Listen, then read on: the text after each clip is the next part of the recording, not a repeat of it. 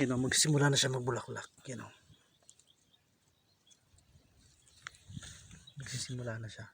So target harvest nito, magsisimula ito by June, July. Yan, mga by June o July.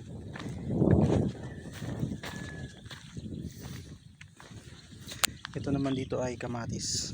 Palusot na naman ito ng kamatis. Yan. Yan, nag-aabono yata sila.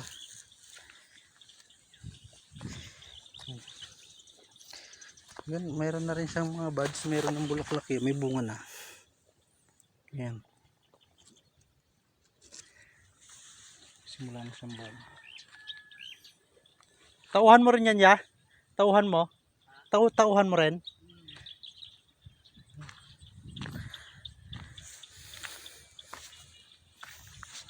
Kamatis din dito, halos kaliwa kanan ng kamatis dito. Ito preparation para naman to sa ampalaya. Yan. Ang maganda dito pag nagpatubig sila, maganda yung source ng tubig nila kasi halos kanal siyang ganyan. Ito wala pa siyang balag Yan. Ang lusog ng sili ito at salyata ito Yun, kahit na mayroon siyang kagat may kagat siya ng uod, pero wala yan. Almost 4,000 na puno ito. Tapos ito naman sa kabila, gulay din yun. Lahat na may plastic mulch na yan may gulay yan. Lipat naman tayo dito sa nag-aabono.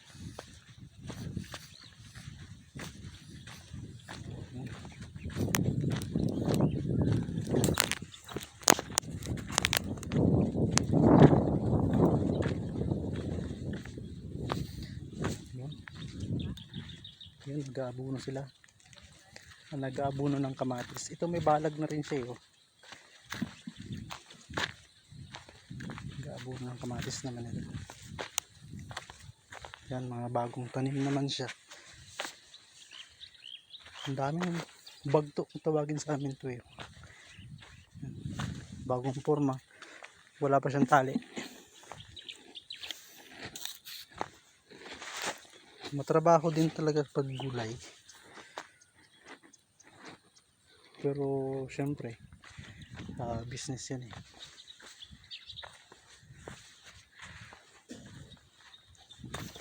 Ganda ng kamatis mo. Uy. Gabulaklak na.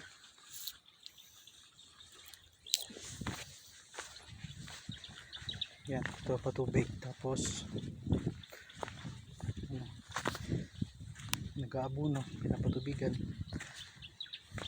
Tumakas ng tubig dito.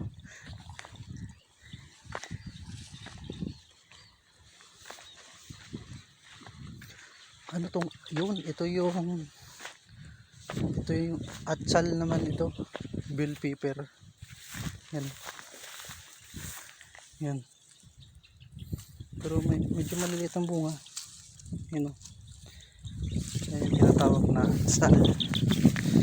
Iba naman ito. Yan, may nag-harvest yata doon. Ganyan mag-spray dito. Dapat ay nakatalikod ka.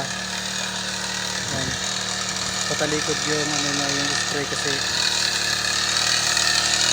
masyadong malakas ang hangin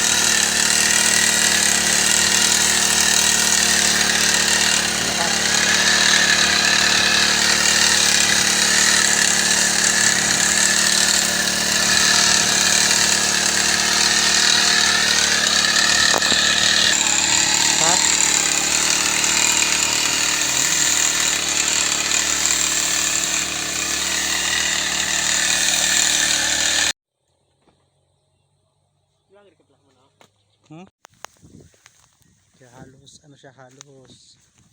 halos hanggang balikat ko. Yun doon kanina, halos balikat ko na siya kataas. Ito lang yan sa gulayan ng kakilala ko. Power sprayer yung gamit niya, hindi motor.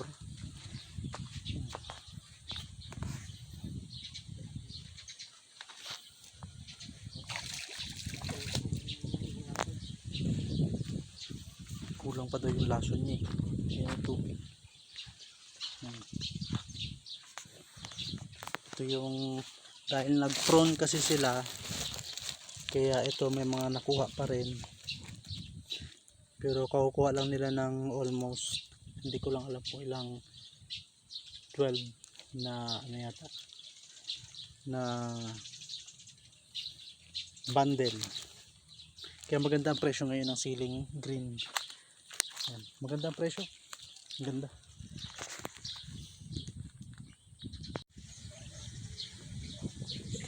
Okay. Parang ano no, parang brupiya. Brupiya nga yata yan. Ano? Parang ganyan din ang brupiya eh.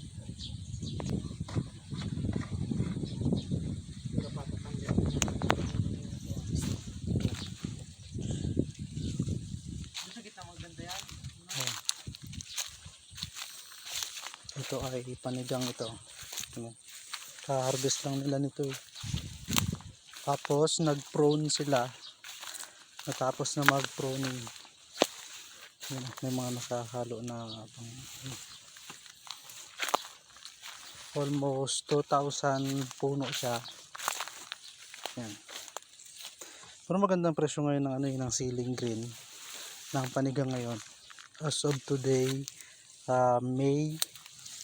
May 12 ay 50 pesos yung wholesale, ay yung ano, yung market price. Maganda, halos ano na siya sa akin, no? Halos hanggang balikat ko na yung taas, pero ang dami pa rin bunga. Dami bunga. Kaya ma-miss ka talaga no, sa mga ganitong gulayan. Dito lang yan sa Manggahan, Sitio Manggahan Central. Yun.